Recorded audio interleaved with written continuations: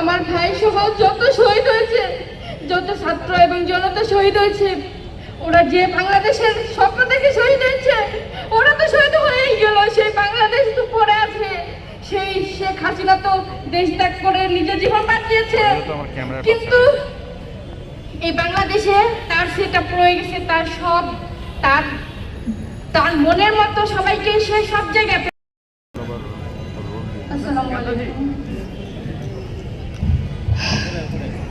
আমরা আজকে একটা নতুন বাংলাদেশে এই জাতীয় শহীদ মিনারে একত্রিত হয়েছি। এখানে আসলে অনেকেই হয়তো অনেক কৌতূহল নিয়ে আসছেন, অনেকে অনেক আনন্দ নিয়ে আসছেন, খুব ভয়হীনভাবে এখানে এসেছেন যে এখানে একটা কমিটি আত্মপ্রকাশ করছে, জাতীয় নাগরিক কমিটি। কিন্তু এক মাস আগেও কিন্তু এত ভয়হীনভাবে এখানে রাজনৈতিক কোনো সরকার যে স্বৈর শাসক ছিল তাদের কোনো ঘোষণা ছাড়া, তাদের কোনো আন্দোলন বা কোনো সমাবেশ ছাড়া এরকম ভয়হীনভাবে এইরকম একটা কোনো আয়োজনে কেউ উপস্থিত হতে পারছেন কিনা আমার বিশ্বাস হয় না কেউ উপস্থিত হতে পেরেছেন। অনেকে অনেক আনন্দ নিয়ে এখানে উপস্থিত হয়েছেন, কিন্তু আমি ব্যক্তিগতভাবে কোনো আনন্দ নিয়ে এখানে উপস্থিত হতে পারি নাই।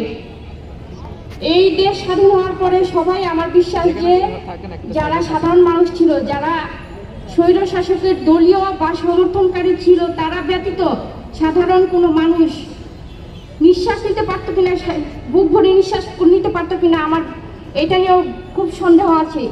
আমার মনে হয় না কেউ বুক ভরে নিঃশ্বাস নিতে পারতো ভয়হীনভাবে। আজ সবাই গত 5ই আগস্ট, আজকে 1 মাস অতিবাহিত হয়েছে, আমাদের দেশ নতুন করে স্বাধীন হয়েছে। সবাই বুক ভরে নিঃশ্বাস নিচ্ছেন, কিন্তু আমি বুক ভরে নিঃশ্বাস নিতে পারি না।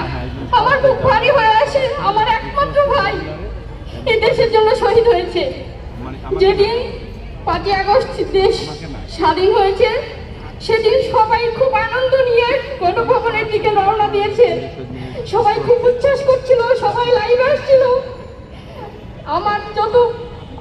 আমার ফ্রেন্ডের যারা অনেকে দেখছিল, সবাই লাইভে চলে আসছে, খুব উচ্ছ্বাস নিয়ে গণভবনের দিকে রওনা দিচ্ছে। কিন্তু আমি খুব আতঙ্কিত ছিলাম, কারণ আমার ভাই ততক্ষণে পোস্ট করেছে ফেসবুকে। ওর শেষ পোস্ট ছিল যে আশুলিয়ার থানা পুলিশ আত্মসমর্পণের, দেশ স্বাধীন হওয়ার পরেও আশুলিয়া থানা পুলিশ আত্মসমর্পণের ঘোষণা দিয়ে গুলি করেছে। আমার ভাইয়ের আঙ্গুলে গুলি লেগেছিল, সেই ছবি দিয়ে এই লেখা দিয়ে শেষ পোস্ট করেছিল আমার ভাই। সেই পোস্ট দেখার পর থেকে আমি, এর আগে ওর সাথে আমার 2বার কথা হয়েছিল, 5 তারিখে মোট 3বার কথা হয়েছে। একবার কথা হয়েছে তখনও দৌড়াদৌড়ি করে আমার সাথে কথা বলতেছে। আমি বললাম যে তুই কোথায় আছিস, বলে আমি রাস্তায়, কারণ আমি জানি আমার ভাই আন্দোলনে যেত। আমার ভাই মানারাত ইন্টারন্যাশনাল ইউনিভার্সিটিতে ট্রিপল ইর 3য় বর্ষের স্টুডেন্ট ছিল। আমার ভাই খুবই মেধাবী ছিল। আমার ভাইকে ওর ভার্সিটির, ওর ডিপার্টমেন্টের টিচার আইনস্টাইন নাম দিয়েছিল। আমার ভাই এত মেধাবী ছিল। আমার ভাই পাশাপাশি একটা সার্ভিসিং সেন্টার খুলেছিল আশুলিয়াতে। ও নিজে ওখানে থেকে নিজের পার্ট টাইম জব করে এবং নিজের সার্ভিসিং সেন্টারে টাকা দিয়ে নিজের পড়াশোনা নিজে চালাতো। তো আমার ভাই আশুলিয়ায় আশেপাশে যে স্পটগুলোতে আন্দোলন হতো সেখানেই অংশগ্রহণ করতো। 4 তারিখে ওই সারাদিন জাহাঙ্গীরনগর ইউনিভার্সিটিতে আন্দোলনে অংশগ্রহণ করেছে। রাতে ওর সাথে আমার দীর্ঘ সময় কথা হয়েছে।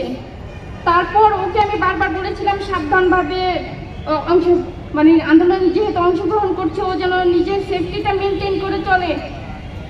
তারপর 5 তারিখে ওর সাথে আমার যখন কারফিউ দিল নতুন করে, তখন আমার ভিতরে খুব আতঙ্ক কাজ করছিল যে আবার যেহেতু কারফিউ দিয়েছে, হয়তো আবার ইন্টারনেট বন্ধ করে আবার হত্যাযজ্ঞ চালাবে, যেভাবে 18 জুলাই চালিয়েছিল।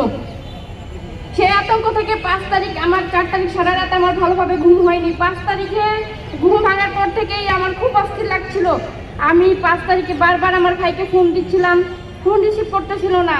আর পরবর্তীতে আমি জানতে পারলাম যে আশুলিয়াতে সকাল 9টা থেকেই গোলাগুলি শুরু হয়েছে। আশুলিয়া থানা পুলিশ, স্থানীয় যে আওয়ামী লীগ, ছাত্রলীগ, স্বেচ্ছাসেবক লীগের যারা ছিল, সবাই মিলে এই বাইপেলকে ছাত্রদের দখলে যেন না যেতে পারে, বাইপেল ছাত্ররা যেন আন্দোলনে একত্রিত না হতে পারে, সেই জন্য